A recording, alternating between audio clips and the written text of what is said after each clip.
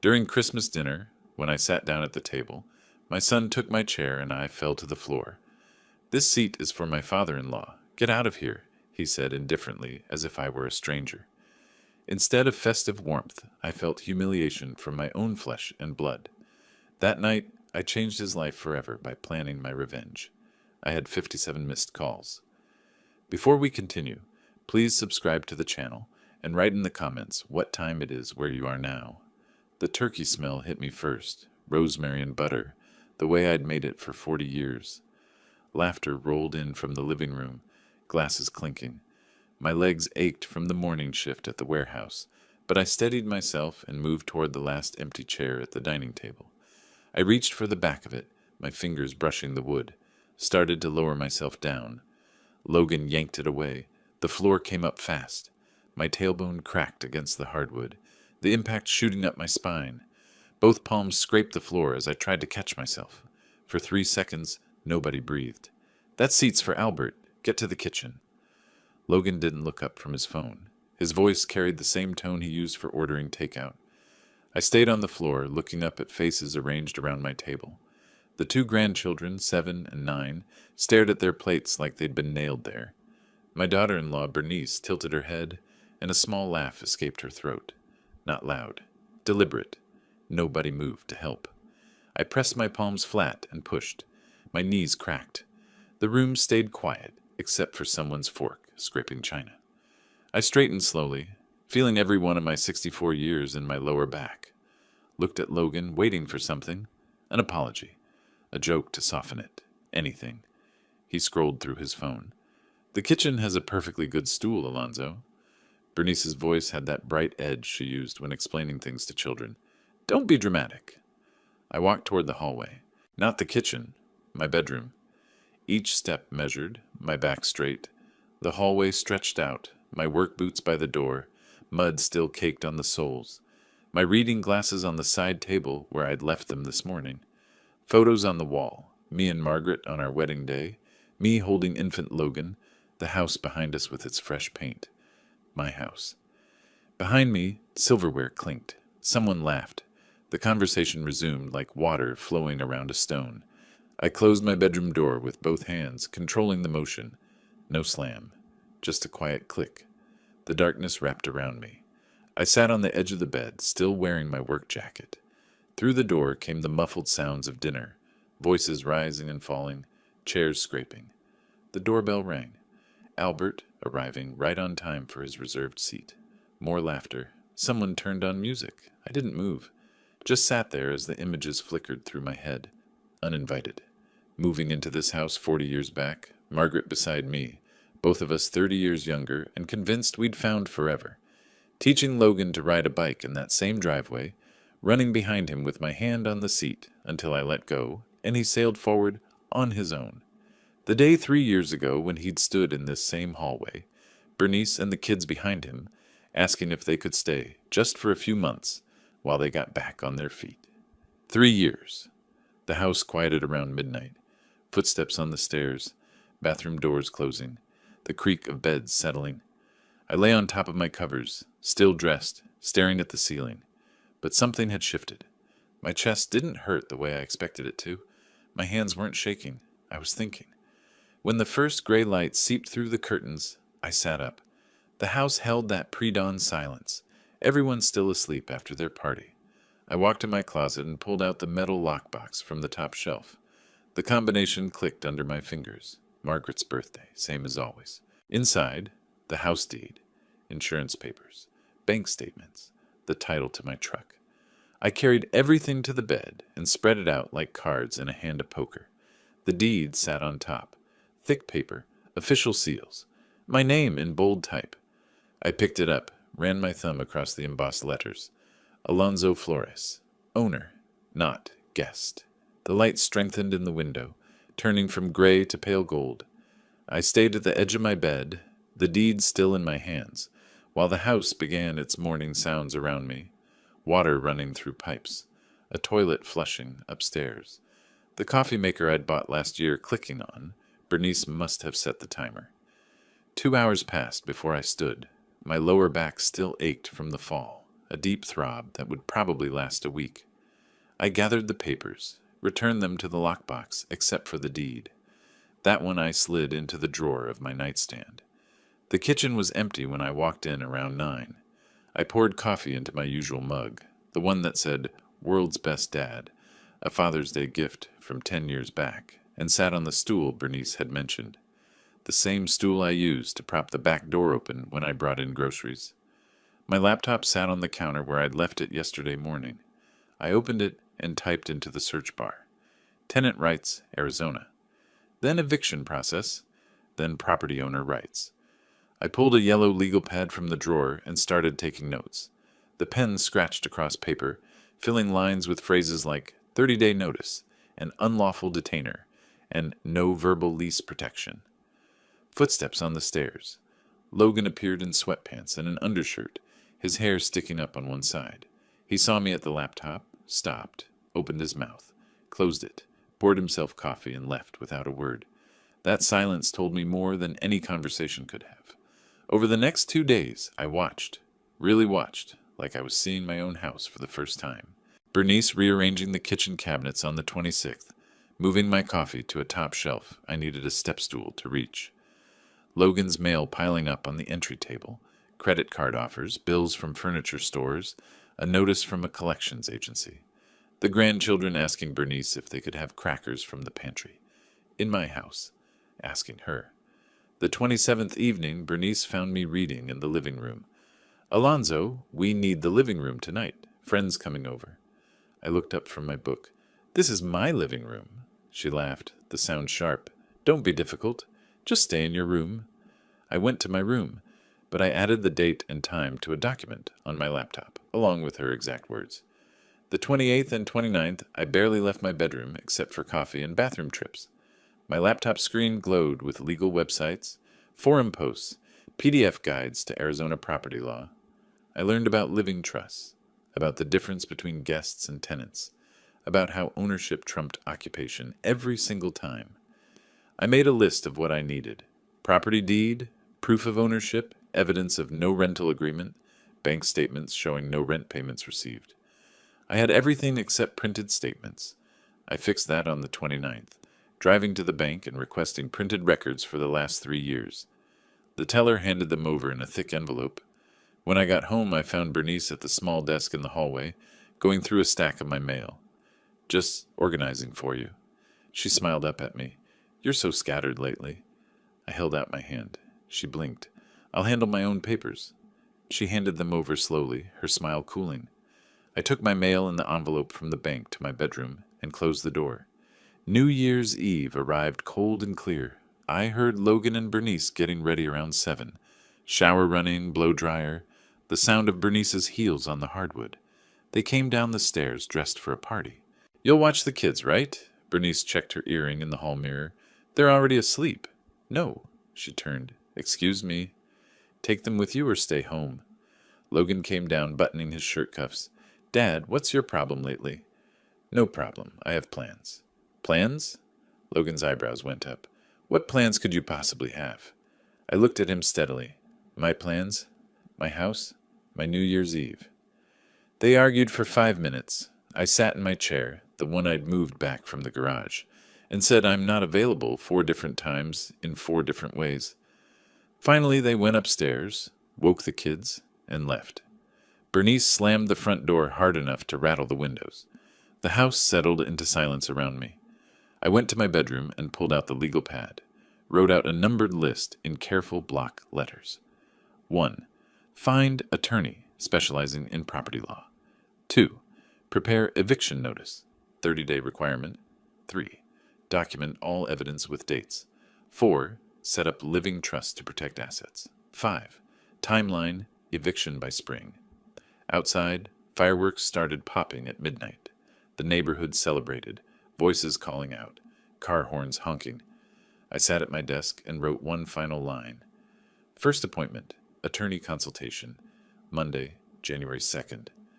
My reflection stared back at me from the dark window, backlit by my desk lamp. The fireworks outside threw colored light across my face. Red, blue, gold. I looked different, older maybe, or just done being pushed around. Monday morning, I'd make the first call. Monday morning arrived with pale winter light. I sat on the edge of my bed, door closed, laptop open to the website I'd bookmarked 3 days earlier. Thomas Bradley, Family and Property Law, professional headshot, credentials listed, office address downtown. My phone felt heavier than it should have. I dialed the number twice, hung up before it rang. Third time, I let it connect. 3 rings. 4. Bradley and Associates. How may I help you? I need to speak with Thomas Bradley about a property matter. What type of property matter, sir? Eviction. It's my house. Pause on the line. Keys clicking. And your name? Alonzo Flores. Let me check his availability. Hold music 30 seconds. Mr. Bradley has an opening Thursday, January 5th at 10 a.m. Does that work? Yes. May I have a contact number? I gave it. She repeated the appointment details. I saved it in my phone calendar under medical checkup, then sat staring at the screen. Footsteps in the hallway. Bernice's voice outside my door. Alonzo, you in there? I stayed silent. After a moment, she walked away. The next 3 days, I moved through the house like normal. Made coffee in the morning, watched the news in the living room, took my daily walk around the neighborhood. Logan barely looked at me. Bernice issued orders. Can you pick up dry cleaning? She asked Wednesday afternoon. Sure. I picked it up, came home. Hung Logan's shirts in his closet, but I was gathering what I needed. Wednesday evening, I drove to the public library, printed my bank statements at the self-service computer. 5 cents per page. 3 years of records showing 0 deposits from Logan, 0 rental income. I paid cash, folded the papers into my jacket. That night, I counted the money in my lockbox. $4,200. Pension payments and Social Security. Saved bit by bit. Enough for a retainer. Thursday morning, I told Bernice I had a doctor's appointment. She looked up from her phone. Whatever. Bring back milk. Downtown Phoenix felt different in January, colder than people expected, the morning air sharp. I found parking 3 blocks from the office building, fed the meter enough quarters for 2 hours. Bradley and Associates occupied the 3rd floor. Modest space. Glass door with the firm name stenciled in black. The waiting room had leather chairs worn smooth at the arms. Law journals stacked on a side table. One other client sat reading his phone. The receptionist smiled at me. Mr. Flores, Thomas will see you now. His office overlooked the street. Gray suit, blue tie, maybe early 50s, with the kind of handshake that felt practiced, but genuine. He offered coffee. I declined. You mentioned an eviction matter. I opened the folder I'd brought. Deed on top, bank statements underneath, the timeline I'd typed out, listing dates and incidents. Laid it all on his desk. My son and his wife, living rent-free for 3 years. I want them out. Bradley pulled the documents closer, reading. His expression stayed neutral. Any written agreement between you? No. Do they pay utilities? No, nothing. Have you asked them to leave? Not directly, not yet. He leaned back, fingers steepled. Then legally they're tenants at will. Arizona requires 30-day written notice. If they don't comply, you file unlawful detainer. Court hearing happens within 3 to 5 weeks. If you win, and you will based on this, the sheriff enforces removal. How long total? 60 to 90 days typically. He explained the process step by step, forms, filings, court procedures. Then he mentioned something else. You might also consider asset protection, living trust. You transfer the house to a revocable trust now, name a beneficiary. Could be a charity, a friend, anyone. Cuts off their expectation of inheritance. I sat forward. How does that work? He walked me through it. Revocable meant I controlled everything. Could change my mind, change beneficiaries, maintain ownership, but it sent a message, made my intentions clear. I want that too. Eviction process runs $2,500. Trust setup is $1,000. $3,500 retainer total. I pulled out my checkbook, wrote the amount, signed my name, tore it along the perforation. He took it, filed it in a folder with my paperwork. I'll draft the notice today. You'll need to decide when you want it served. Soon, mid-January. We shook hands. I left with his business card in my pocket and a weight lifted from my chest. The grocery store was 2 blocks away. I bought milk, placed it in the passenger seat. Drove home maintaining the lie. Bernice met me in the kitchen. Took you long enough? What did the doctor say? Blood pressure's fine, same as always. You need to start exercising more. You're getting slow. She took the milk, put it in the refrigerator, walked away. Logan appeared from the living room. Dad, I need the garage this weekend. Moving some equipment from work. You'll need to park on the street. The whole garage? Yeah, just for a few weeks. Fine. Thanks. He left. I went to my room, closed the door, took the folder from my briefcase, added Bradley's card, buried it in the lockbox under old tax returns, looked at myself in the bathroom mirror. Same face, same gray hair. Nothing showed. The following days crawled and raced simultaneously.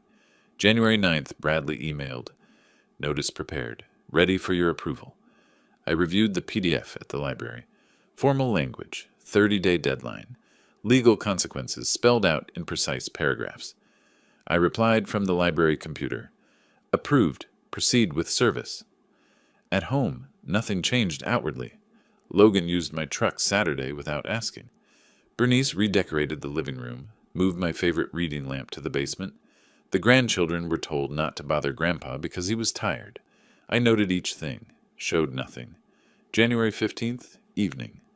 My phone buzzed with a text from Bradley. Sheriff's service scheduled, January 20th, 2 p.m. They'll serve Logan directly. Be prepared for reaction. I read it twice, deleted it, went to dinner. The family sat at the dining table, plates full, wine glasses catching the light. Bernice laughed at something Logan said. I ate my meal at the kitchen stool, fork scraping the plate. I finished my meal in the kitchen. 5 more days of their laughter. I could wait. The next 4 days felt like standing on a train platform, watching the headlight grow brighter in the tunnel. January 16th, 17th, 18th, 19th. I went through the motions, made coffee, watched morning television, took walks. But I watched the clock more than I watched the screen. January 19th, 6 in the evening, my phone buzzed. Bradley's text. Sheriff confirmed. 2 p.m. tomorrow. I barely slept. Lay in bed listening to the house settle. The refrigerator humming. Someone using the bathroom around 3 a.m. Tomorrow the foundation would crack. Morning of the 20th, I made coffee early. Sat in the living room chair instead of retreating to my room. Logan came down first. Saw me there. You're up early. Couldn't sleep? He grunted, poured coffee, disappeared back upstairs. The clock on the wall ticked toward 2. At precisely 2 p.m. the doorbell rang. Bernice answered. I heard her voice from where I sat. Yes? Can I help you? I'm looking for Logan Flores. What's this about? Logan's footsteps on the stairs. I'm Logan Flores. I have legal documents for you. Sign here, please. Rustling paper, pen scratching, the door closing. Logan appeared in the hallway, white envelope in hand. He opened it standing there, pulled out the papers. His face went through stages. Confusion first, then comprehension, then something darker. He read aloud, voice flat. Notice to quit premises. You are hereby notified to vacate the premises located at... He stopped, looked up. His eyes found me in the living room. Dad, what is this? Exactly what it says. Notice to vacate. You have 30 days. Bernice snatched the papers from his hand, scanned them. This is from... Who's Thomas Bradley? Logan stared at me. The silence stretched thin. You're joking. This is a joke. No joke. I want you out of my house. His laugh came out sharp, disbelieving. It died fast. Your house? We live here. This is our home. It's my house. My name on the deed. You've never paid a cent. Bernice's voice went shrill. We're family. You can't evict family. I can. I am. Logan crossed the room in 3 strides, stood over my chair, papers crumpled in his fist. What's gotten into you? Is this about Christmas? You fell. Accidents happen. I stood, met him eye to eye. I didn't fall. You pulled the chair, and that was just the last time. The last in 3 years of you treating me like a servant in my own home. Bernice stepped between us. We treat you fine. We let you live here. The words hit wrong. I felt my jaw tighten. You let me? This is my house. This is insane, Logan said. You're being cruel. Vindictive. Where are we supposed to go? That's not my problem. You have 30 days. Bernice started crying. Not real tears. the manipulative kind she used on store clerks and bank tellers. How can you do this? To your own son? To your grandchildren? You should have thought about them before treating me like trash. Logan looked at the papers again, saw the attorney letterhead. His eyes narrowed. You hired a lawyer? How long have you been planning this? Long enough. Bernice grabbed her phone. I'm calling my father. He'll talk sense into you. Go ahead. She dialed, jabbed the speaker button. It rang twice. Bernice? What's wrong? Alonzo is evicting us. He served us papers. He's kicking us out onto the street. Slow down. What happened? Bernice's version came out in gasps. We've been nothing but good to him, and he just decided to throw us out. No warning. Nothing. Just a sheriff at the door. Albert's voice went quiet. Let me talk to Alonzo. She shoved the phone at me. Albert! What's going on, Alonzo? They've been living in my house for 3 years, rent-free, treating me like hired help. I want my house back. So I'm evicting them. Legal and proper. Long pause. I heard him breathing. Have they been paying rent? Not a dime. Helping with bills? Nothing. Another pause. Then it's your right. It's your house. Bernice grabbed the phone back. Dad, you're supposed to be on our side. I'm not on anyone's side. I'm on the side of what's right. You've been living there free for 3 years? That's generous enough. Maybe it's time you stood on your own. I can't believe this. I'm sorry, honey, but Alonzo owns that house. He has every right. The call ended. Bernice stared at her phone like it had betrayed her. That evening, Logan sat at the dining table with his laptop, typing search terms. Tenant rights, Arizona. Fighting eviction. Unlawful detainer defense. Made phone calls, his voice low and urgent. The next few days, he found an attorney. Marcus Webb, storefront office, $500 consultation. Webb reviewed the notice, nodded slowly. We can challenge this. File objections. Claim oral agreement for long-term residents. Can we win? We can delay. Maybe 6 months. But if he owns the house and you've paid nothing, eventually, yes, he can evict you. I'll take 6 months. Do whatever you can. At home, the Cold War settled in. Logan and Bernice stopped speaking to me. I stopped acknowledging them. We ate separate meals, occupied separate spaces. The house felt divided by invisible walls. January 31st, Logan filed his response with the court. Claimed oral agreement. Claimed financial hardship. Requested dismissal. I received the copy via Bradley's email that evening. Sat in my room reading it on my phone while outside my door, Logan and Bernice argued. Where are we going to get money for rent? Bernice's voice carried through the wall. I don't know, but we're not leaving without a fight. Bradley's email continued below the attachment. Expected response. Baseless but standard stalling tactic. Court date will be set for mid-February. Stay calm. I closed my phone, listened to their scrambling through the wall. Their panic sounded like static. They were scrambling now. Good. Let them feel what uncertainty tastes like. The next morning, I sat at my desk reading Bradley's email. Subject line, their response, review immediately. I opened the attached PDF, Logan's court filing, 9 pages of legal language. I skimmed past the formalities to the claims section. Respondent Logan Flores asserts that petitioner Alonzo Flores verbally agreed to lifetime residence in exchange for care assistance. Respondent has concerns about petitioner's cognitive function and decision-making capacity. I set my phone down, stared at the wall. They were attacking my mind, claiming I was incompetent, confused, manipulated. This went beyond defending their right to stay. They were trying to paint me as someone who couldn't make his own decisions. I called Bradley. You saw the filing? He asked. The competency claim. What do I need? Documentation. Medical evaluation proving you're sound. Keep recording everything they do. If they're staging situations to make you look confused, we need proof. Arizona's one-party consent, right? Correct? You can record without their knowledge. I drove to an electronics store that afternoon, bought a small digital voice recorder for $45, activated the voice memo app on my phone as backup. February 3rd, I noticed Bernice's new strategy. I was taking trash to the curb when she rushed out the front door. Our neighbor Margaret stood in her driveway 2 houses down, getting her mail. Alonzo! Wait, let me help you with that. Bernice's voice carried across the yards. You shouldn't be lifting heavy things. I've got it. You're so stubborn. I worry about you. She took the bag from my hands, carried it to the curb, gave Margaret a look that said, "What can you do with him?" Inside the house, 30 minutes later, she walked past me without a word. That evening I found my blood pressure medication sitting on the kitchen counter. I kept all pills in my bedroom lockbox. Someone had deliberately placed them there. I photographed the bottles, checked the timestamp, moved them back to my room. February 5th, the pills appeared on the dining room table. February 7th, the living room side table. Each time I documented the location before returning them. Bernice made sure people noticed. Loud conversations within earshot of neighbors. He keeps forgetting where he puts things. I'm so worried. To the mail carrier, he's been forgetful lately. We're keeping an eye on him. But I was keeping an eye on her. February 9th, I recorded her contradictions. In the house when she thought no one could hear. Stay out of the way, old man, and stop touching my things. In the front yard with Margaret nearby. Alonzo, have you taken your medication today? You know how important that is. The recorder captured everything. February 11th, I checked our phone account.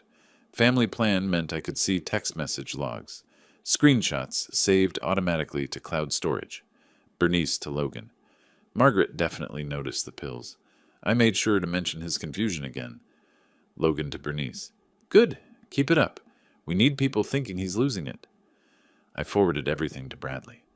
February 15th, I sat in Dr. Patricia Chen's office. What brings you in today, Alonzo? I need a cognitive assessment. Full evaluation. She looked concerned. Are you experiencing memory problems? Confusion? No. I'm in a legal situation. My son is claiming I'm mentally incompetent. I need documentation proving otherwise. She nodded slowly. All right. Let's do a complete workup. The mini mental state examination took 20 minutes. Questions about dates, locations, memory recall, simple arithmetic. I scored 29 out of 30. Dr. Chen printed a letter on official letterhead. Patient Alonzo Flores shows no signs of cognitive impairment, dementia, or diminished mental capacity. Fully competent to make independent decisions regarding personal and financial matters. I filed it with Bradley that afternoon. At home, the atmosphere curdled into something toxic. Logan and Bernice stopped pretending civility, even in passing. When they spoke to me, it was hostile or performative, depending on who might be watching. February 16th, argument over the television remote. We're watching something, Logan said. Find something else to do. This is my living room. Not for much longer. I left. The recorder in my pocket caught every word. February 18th, Bernice left my laundry in the washing machine for 2 days. Everything mildewed. Oh, I forgot they were there. So much on my mind. I rewashed them, added the incident to my dated log. February 19th, close to midnight, Logan's friends arrived. Music pounded through the walls. I asked them to turn it down. Neighbors were complaining, lights coming on in houses down the street. It's not your house anymore, Logan said. Get used to it. I called the non-emergency police line. The officer arrived within 15 minutes. Logan was forced to send people home. He stared at me from the doorway as the last car pulled away. You're going to regret this. I already have everything I regret from you. I recorded that too. February 20th, Bradley called with the court date. February 28th, 10 a.m., Judge Patricia Morrison. What do I bring? Nothing. I have everything we need. Your medical evaluation is excellent. Their filing is weak, accusations without evidence, but they'll try to make you look bad in court. I'm ready. I hung up and looked at the calendar on my wall. 8 days. I spent the evening organizing folders. Voice recordings backed up to 3 locations. Photos printed and labeled. Timeline documented with dates and witnesses. Downstairs, Logan and Bernice were arguing about money. Their voices rose and fell, stress bleeding through the walls. 8 more days of their games. I had recordings, photos, medical proof. Let them try to call me incompetent. The evidence would speak louder than their lies. The final week passed in careful preparation. 2 more meetings with Bradley, reviewing evidence point by point. At home, Logan and Bernice dressed better, practiced looking like concerned family members. I watched without comment. February 27th, the night before court, I lay awake counting ceiling tiles. February 28th arrived cold and bright. I dressed in my navy suit, white shirt, dark tie. Left the house at 8:30 for a 10 o'clock hearing. Bradley met me in the courthouse hallway at 9:15, briefcase open on a bench. Judge Morrison runs a tight courtroom. No theatrics. Stick to facts if she asks you anything. Logan, Bernice, and Marcus Webb arrived at 9:30. Bernice wore a conservative dress, hair pulled back, minimal makeup. Logan kept adjusting his tie. Webb carried a folder that looked thin. They didn't look at me. The bailiff called our case at 9:50. Flores versus Flores, unlawful detainer. The courtroom had wood paneling, modern furniture, the Arizona state seal mounted behind the bench. Judge Patricia Morrison entered, late 50s, gray hair, reading glasses on a chain. She sat, opened the file, looked up. Eviction matter. I've reviewed the filings. Mr. Webb, your clients are contesting the eviction? Yes, Your Honor. Present your defense. Webb stood, papers rustling in his hands. Your Honor, my clients have resided in the property for 3 years, based on an oral agreement with Mr. Flores. He agreed they could stay long-term, essentially permanently, in exchange for helping with his care as he ages. Judge Morrison looked over her glasses. Do you have this agreement in writing? No, Your Honor. It was a family understanding, a verbal commitment. Any independent witnesses to this agreement? The parties themselves, Your Honor, and we have concerns about Mr. Flores's mental state. His decision to evict seems sudden and possibly influenced by confusion. Do you have medical evidence of cognitive impairment? Webb hesitated. We have circumstantial evidence. Neighbors have noticed forgetfulness. Pills left in unusual places. Confusion. Circumstantial observation isn't medical documentation. Does Mr. Flores have a diagnosis of dementia, Alzheimer's, or any cognitive disorder from a licensed physician?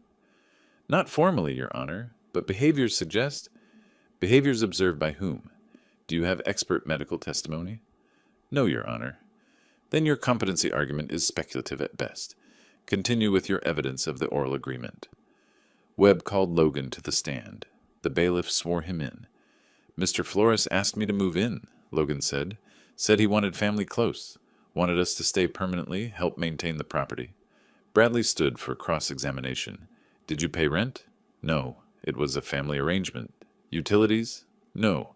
He said not to worry about it. Any written documentation of this permanent arrangement? We're family. We don't need paperwork for everything. So in 3 years, you never paid anything? Never signed anything?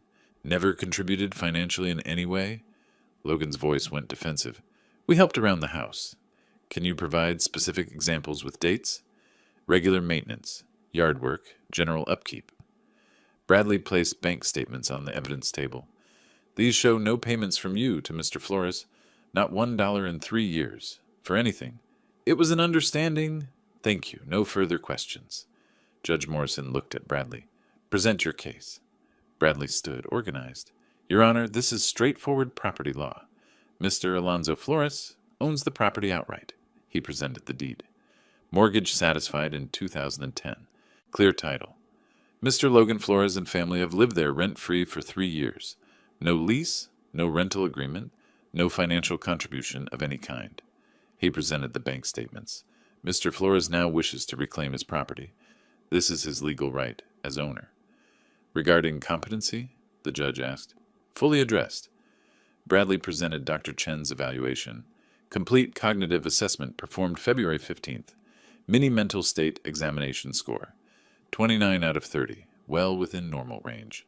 Written statement confirms 0 signs of dementia or cognitive impairment. Judge Morrison read the report carefully. This is recent and thorough. Additionally, Your Honor, I have evidence the respondents deliberately staged situations to create a false impression of incompetency. He presented the photos of pills in various locations with timestamps. Then the text message screenshots between Bernice and Logan. The judge read the text, eyebrows rising. These are authenticated. Phone records confirm origin and timestamps. I can call Mr. Flores to authenticate if necessary. That won't be needed. The messages are quite clear. Bradley called Margaret Hayes. She testified briefly. Bernice's behavior seemed performative. Alonzo always appeared sharp and capable. Judge Morrison removed her reading glasses, looked directly at Logan and Bernice. I've seen enough. Mr. Flores owns the property outright. There is no written agreement and no credible evidence of a verbal agreement beyond self-serving testimony. No rent has been paid. Legally, respondents are tenants at will. She paused. Furthermore, the attempt to question Mr. Flores's competency without medical evidence borders on defamation. The text messages demonstrate deliberate deception.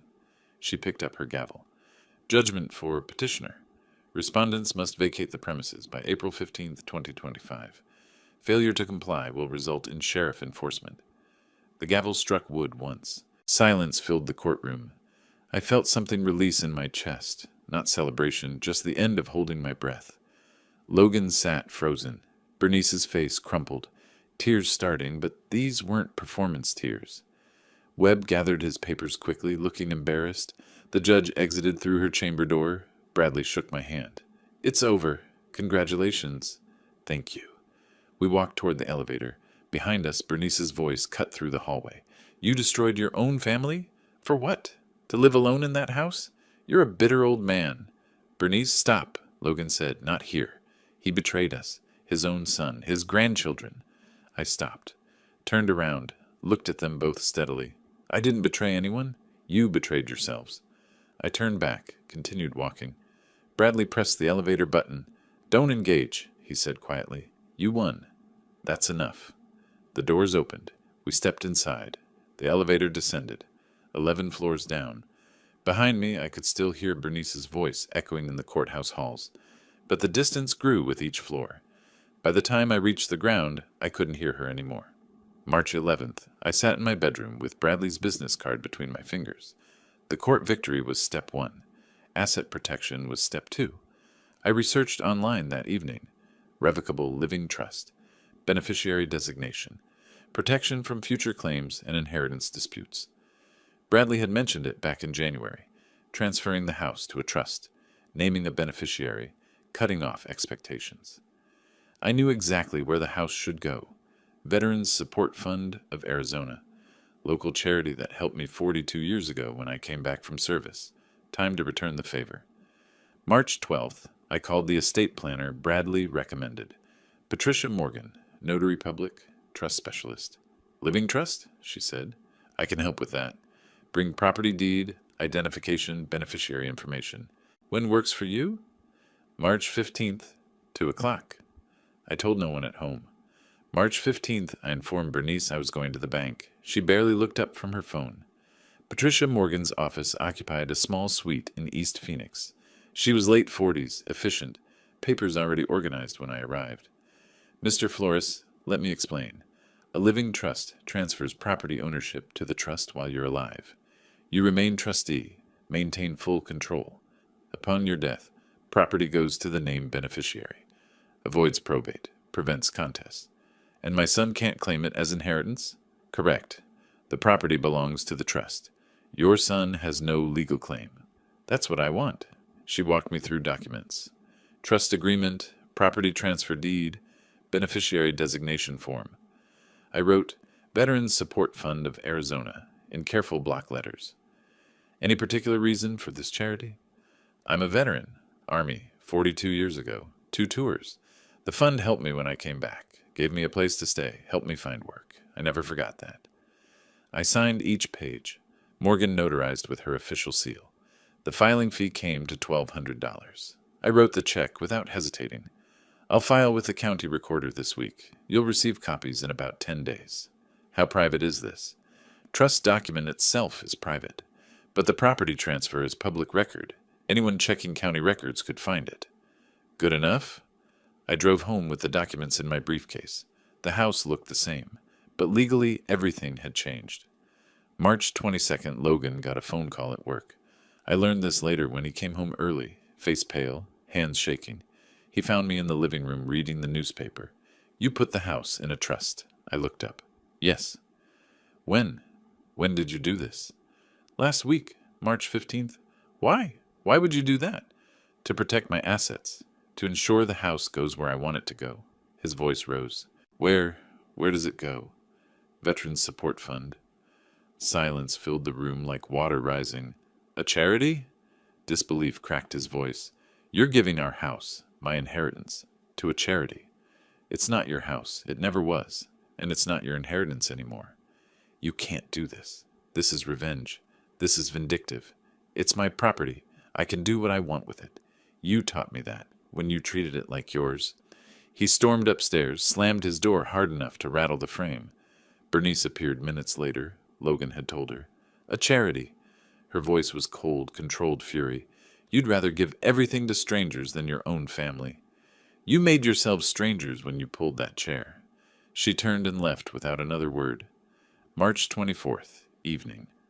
Logan appeared at my bedroom door. First civil approach in months. Dad, can we talk? About what? About everything. Christmas, the eviction, the trust. He entered without invitation, sat on the edge of my bed. I was wrong. At Christmas. I shouldn't have done that. It was cruel. I'm sorry. I watched him carefully. You're sorry because I put the house in a trust. No. I'm sorry because I hurt you. Because I took you for granted. We both did. 3 years you took me for granted. And now, 2 months before you have to leave, you're sorry. I know how it looks, but I mean it. We can start over. I'll pay rent. Real rent. Market rate. We'll contribute to utilities, groceries, everything. You had 3 years to offer that. Desperation edged into his voice. The trust. Can you change it? Can you reverse it? It's revocable. I could change the beneficiary. Hope flashed across his face. Then, but I won't. The decision is made. Dad, please. Think about the grandkids. Your grandsons. You're cutting them off, too. I'm not cutting them off. I'll see them when they're older. I'll explain. But the house? That's decided. Anger returned to his voice. This is really how you want it? Your son living in some apartment in a bad neighborhood because he can't afford anything else? I lived in worse. When I came back from service, shared apartment, 3 roommates, roaches in the kitchen, I survived. You will too. He stood. The realization settled over him that this was futile. You've changed. You're not the person I knew. No, I'm exactly who I've always been. You just never bothered to see it. March 28th, Bernice sent the boys to my room. They knocked tentatively. Grandpa?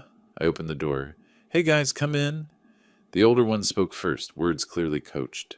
Grandpa? Mom says we have to move. To a small apartment. I won't have my own room anymore. The younger one's lip trembled. Can't we stay here? Please? I knelt to their level. Come here. Sit down.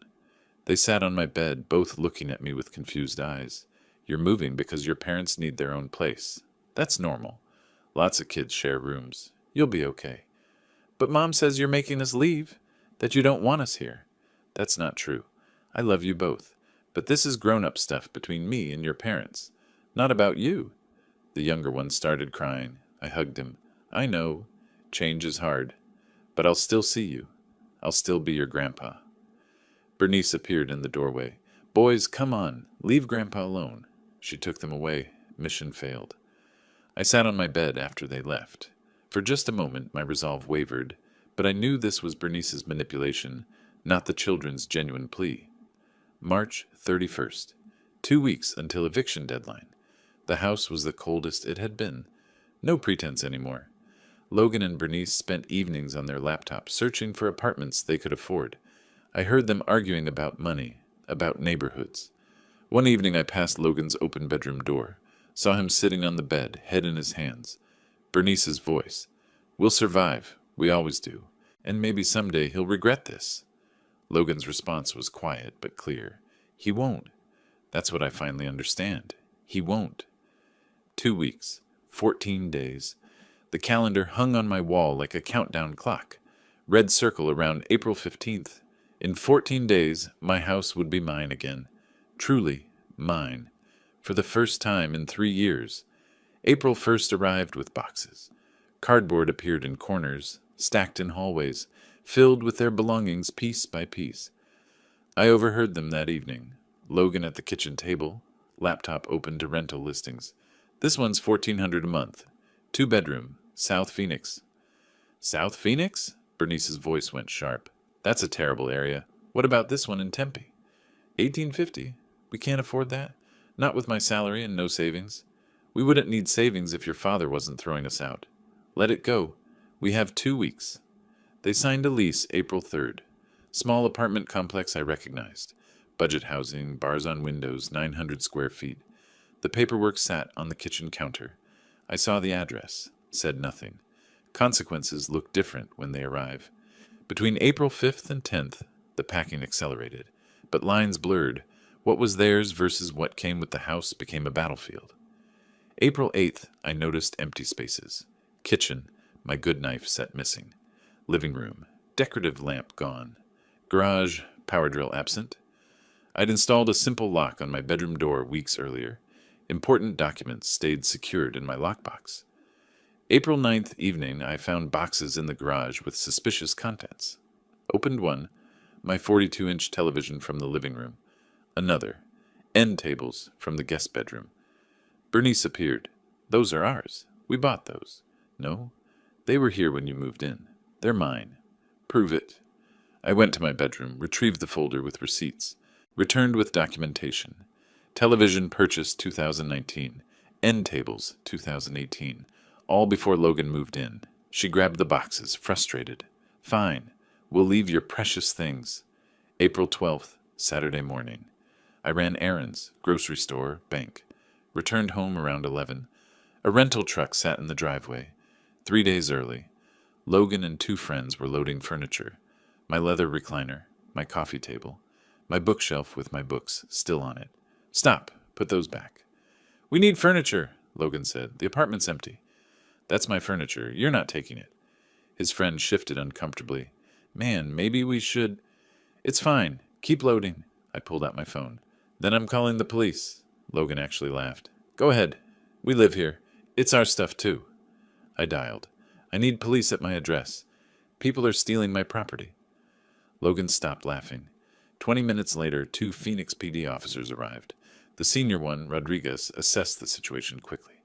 What's happening here? My son and his family are being evicted. They're trying to take my furniture. I showed the eviction notice, court order, receipts for every piece they'd loaded. Do you have proof of ownership? Rodriguez asked Logan. They're furniture. We've been living here. We use them. Using isn't owning. You have receipts? No, but... Then they stay. Unload the truck. Logan's friends moved fast, clearly wanting no part of this. The officers supervised every item's return. After they left, the friends left immediately. Logan and Bernice stood in the driveway, just the 3 of us. Calling the police on your own son. Bernice's voice dripped venom. You really are heartless. You were stealing from me. What did you expect? April 13th and 14th crawled by. They packed only what they could prove was theirs. Clothes, personal items, things they'd brought 3 years ago. They realized how little they actually owned. April 14th evening, Bernice brought a photo album to my room. Look at these. Logan's childhood, family vacations, holidays. We were happy once. I glanced at the photos. We were. You're destroying that, erasing it. For what? Pride? For respect, which you never gave me. The boys will grow up knowing their grandfather chose strangers over family.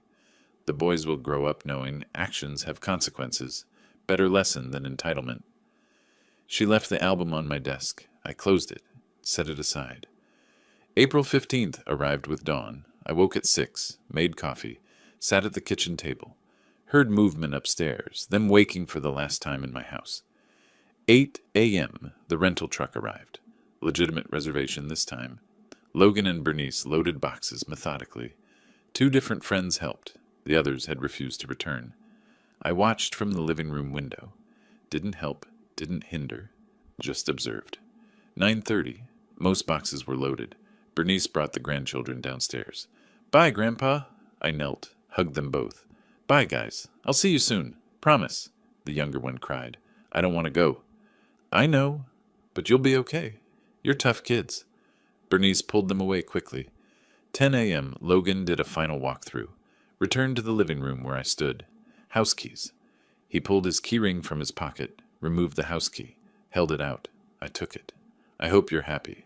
Alone in your big house. I hope you learned something from this. What? That family doesn't matter? Lesson learned. That respect matters. That you can't take without giving. That actions have consequences. He turned toward the door, paused. You'll regret this someday. No, I won't. He left. Bernice appeared in the doorway one final time. You destroyed your family for this house. I hope it keeps you warm at night. Goodbye, Bernice. She walked out. The truck started. I moved to the front window. Watched the U-Haul pull out of the driveway, Logan's car following behind.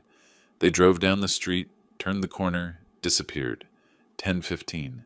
The house fell completely silent. I stood at the window for several minutes, then walked through every room. Living room, empty spaces where their furniture had been, but my pieces remained. Kitchen, counter clear. 3 bedrooms, empty now. My bedroom, exactly as it was. I returned to the living room, sat in my recliner, the one they'd tried to take. The house was quiet. Not empty, peaceful. The house settled into silence. Not the hostile silence of the past months, but the quiet of peace. My chair, my coffee, my sunlight. I sat there for an hour, doing nothing but existing in my own space. It felt like breathing after being underwater for 3 years. 2 o'clock that afternoon, my phone rang. I sat in the living room, still in the same chair where I'd spent the morning hour. The screen lit up.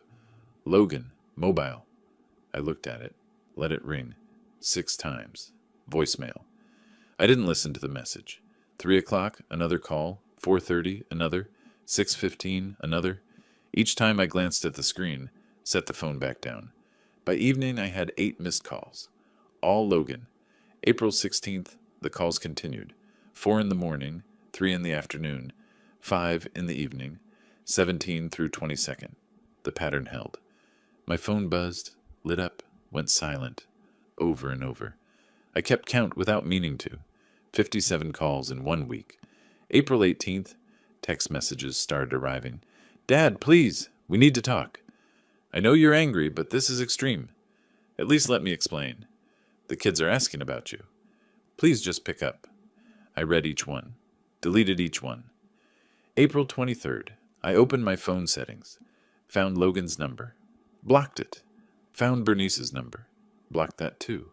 The phone went silent. Late April, a different number called. I answered. Alonzo, it's Albert Clark, Bernice's father. Do you have a minute? I sat up straighter. I have time. I'm not calling to argue. I'm calling to check on you, and to tell you something. Go on. I saw their new place. The apartment. It's rough. Small. The boys are adjusting, but it's hard on them. He paused. I'm not asking you to change anything. Truth is, I think you did the right thing. I've been thinking about it since that phone call during the eviction. They took advantage. For years. You're the first person from their side to say that. Because it's true. Bernice is my daughter, and I love her, but she's always looked for the easy way. And Logan, he let her turn him into someone I don't recognize. Why are you telling me this? Because you deserve better, and because I think you should know. They're struggling. Really struggling. He described it. Bernice looking for work, no job in 10 years, limited skills. Logan's salary barely covering rent and bills. Stress visible on both of them. Logan's been asking friends for loans. Nobody's helping. Word got around about what happened. People know he lived rent-free for 3 years and got evicted by his own father. Actions have consequences. They do. Another pause. Anyway, I wanted you to know. I don't think you were wrong. If you want updates occasionally, I can keep you informed. If not, I understand. I appreciate the call, Albert. Updates would be fine. Thank you for being honest. May through July, Albert called every few weeks. Mid-May, Bernice found work. Retail clerk at a discount store, $13 an hour. First job since before marriage. Logan working extra hours. The boys transferred schools mid-year, struggling to adjust. Early June, Albert suggested coffee. We met at a diner. Bernice is exhausted. 2 jobs now, retail plus weekend cleaning service. She's not used to working. She had years of not working. My expense. I know. She's learning what real life costs. He stirred his coffee. Logan asked me for money. $2,000 loan. I refused. Told him he needs to figure this out himself. He also mentioned Logan tried contacting my neighbors, hoping they'd talk sense into me. Margaret Hayes and others told him to leave me alone. Late June, another call. Financial situation slightly stabilized, but tight. Bernice injured her foot at work, missed 2 weeks, lost wages. Logan sold his truck, bought a cheaper used car. The boys keep asking to visit you. Bernice refuses. Mid-July, we met for coffee again. Logan's different, quieter. I think reality finally hit him. What kind of different? Defeated, maybe. Or just grown up. He mentioned you the other day. Said he understood now why you did it. Understanding comes easier after consequences. True. Albert set down his cup. Listen, I know this is complicated, but the boys miss you. I could arrange visits, at my place, without Logan and Bernice present. I considered this. I'd like that. Let's set something up. Late July afternoon, Albert visited my house. First time he'd seen it since everything exploded. I gave him a tour. Living room restored to how I liked it. Kitchen organized, bedrooms empty but clean. It looks like you again. When they were here, it felt different. Cluttered, chaotic. It felt like someone else's house with me as a guest. We sat on the back patio. I made coffee. I owe you an apology. For what? Christmas. I showed up for dinner that night. I didn't know what happened. The chair, the fall, until later. But I should have noticed how they treated you. Should have said something earlier. You weren't responsible for their behavior. Still, I saw signs. The way Bernice ordered you around. Logan's entitlement. I thought it was just family dynamics. Didn't realize how bad it was. Most people don't see what they're not looking for. You did the right thing, evicting them, the trust, all of it. They needed to learn they can't just take from people, even family. Especially family. Thank you for saying that. It means more than you know. You're a good man, Alonzo. Better than they deserved. We drank coffee in comfortable silence. The boys. We should arrange that visit. Maybe this Saturday. They could come to my place for lunch. You could join us. I'd like that very much.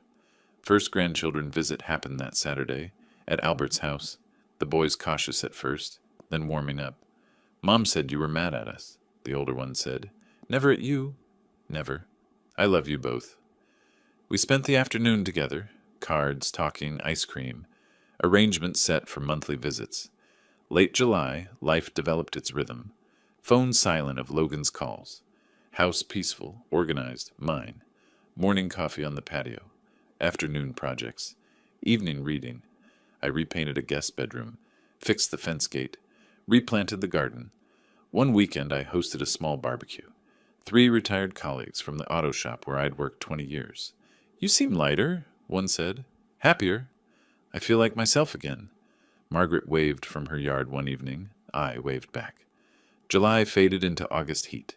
The phone stayed quiet. No more calls from Logan. No more desperate messages. Just silence. And in that silence I found something I hadn't felt in 3 years. Contentment. The house was mine. The days were mine. My life, finally, was mine again. Early August, I painted the front porch railings. They'd needed it for years. White paint, fresh and clean, the brush moving in steady strokes while the morning sun climbed higher. The neighborhood woke up around me. Cars backing out of driveways, coffee smells drifting from open windows. Normal sounds, peaceful sounds. I fixed the squeaky fence gate that afternoon. Small satisfaction in the repair, in the silence when I swung it open and closed. Another day, I reorganized the garage. Found items Logan left behind, an old basketball, some tools. I didn't call him, donated them to Goodwill instead. My social calendar filled. Coffee with Albert every other week. Lunch with retired colleagues. Margaret invited me to a neighborhood potluck. I went. Brought potato salad. Mr. Patterson, 70-something, caught me at the dessert table. Good to see you smiling again, Alonzo. Been a while. I realized he was right. I was smiling more. Mid-August, Albert called about the boys. They've been asking to see your house. Would you be comfortable with that? I'd bring them, stay the whole time. Logan and Bernice won't know. I'd like that. Tell them to bring swim trunks. I'll set up the sprinkler. Saturday afternoon, Albert brought them. They hesitated at first, looking around. It looks different, the older boy said. Empty. It's not empty. It's just simpler now. Where's our stuff? Our room? Albert knelt to their level. You have your room at the apartment, remember? This is Grandpa's house. I deflected quickly. Come on, let's go outside. I've got the sprinkler set up. The backyard filled with laughter. They ran through the water, soaking wet, shouting. I watched from the patio, Albert beside me. Thank you for this. They needed to see you're okay, that you still love them. I do. Always will. This was never about them. They understand more than you think. Kids are perceptive. Later, I made them sandwiches and lemonade. We ate on the patio. Boys chattering about school, friends, the pool at their apartment complex. The older one suddenly stopped, mid-sentence. "Are you happy, Grandpa? Mom says you're lonely here." I met his eyes. "I'm not lonely. I'm peaceful. There's a difference." He thought about this, nodded like he understood something adults usually missed. When they left, both hugged me tight.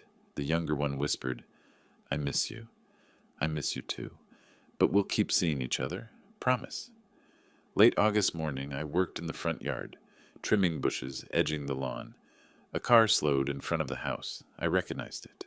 The cheaper sedan Logan bought after selling his truck. The car stopped across the street. I continued working, didn't look directly at it. But I was aware, completely aware. 5 minutes passed. The car remained, engine off. I finished one bush, moved to the next. Maintained calm appearance. 10 minutes now. Finally, I glanced over. Logan sat in the driver's seat looking at the house. Our eyes met. His expression carried something I hadn't seen before. Uncertainty, maybe regret. I held his gaze, neutral. Didn't wave, didn't gesture, just looked. He looked away first, down at his steering wheel. Sat there another 5 minutes. 15 minutes total. I returned to the yard work, heard the engine start. Peripheral vision caught the car pulling away. I didn't watch it go, kept trimming. But I listened to the sound fade down the street. When silence returned, I paused, set down the clippers, sat on the porch step. Logan had come, but couldn't get out of the car. Couldn't cross the street, couldn't knock on the door. Just sat there, looking at what he'd lost. And I understood. The revenge wasn't in his suffering. It was in his comprehension. He finally understood consequence. Understood what he threw away.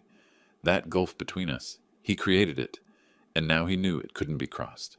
Later that day, I sat on the back patio, reflecting. No anger, no satisfaction, no triumph. Just quiet acknowledgement that the message had been received. I didn't need his apology, didn't need his acknowledgement. I already had what mattered. Evening of August 30th, I sat on the front porch. Temperature cooling as the sun lowered. Sky painted orange and pink over the Phoenix horizon. I rocked in my father's old chair, the one I'd brought from storage. Glass of lemonade sweating in my hand. The street stayed quiet. Neighbor kids riding bikes. A couple walking their dog. Margaret waved from her porch. I waved back. The house behind me glowed warm in the windows. Sprinkler running in the backyard, tick, tick, tick, against the grass. This house, bought 40 years ago, raised my family here, lost Margaret here, nearly lost myself here, but now reclaimed, not just legally, spiritually. It felt like home again. Christmas dinner felt distant now, like a different lifetime. The fall, the humiliation, the Cold War, the eviction, necessary steps, not pleasant, but right. Logan's 57 calls. This morning's car across the street. Final punctuation marks. I wasn't waiting for anything anymore. Not for Logan to apologize. Not for Bernice to understand. Not for vindication. I already had it. In this quiet house. These peaceful evenings. This freedom to live as I chose. The sunset deepened. Sky darkening to purple. Stars beginning to appear. I sipped lemonade. Rocked gently. A dog barked somewhere. Kids laughed down the street. Normal sounds. Peaceful sounds. For the first time in 3 years, I wasn't angry, wasn't planning, wasn't fighting. Just existing. Just being. Just home. The sun set behind my house, painting the sky in colors that felt earned. I rocked slowly in my father's old chair, lemonade cold in my hand, and felt something I hadn't felt in years. Truly at home. Not just in my house, but in my life. The quiet victory wasn't in their struggle, or in Logan unable to face me. It was in this.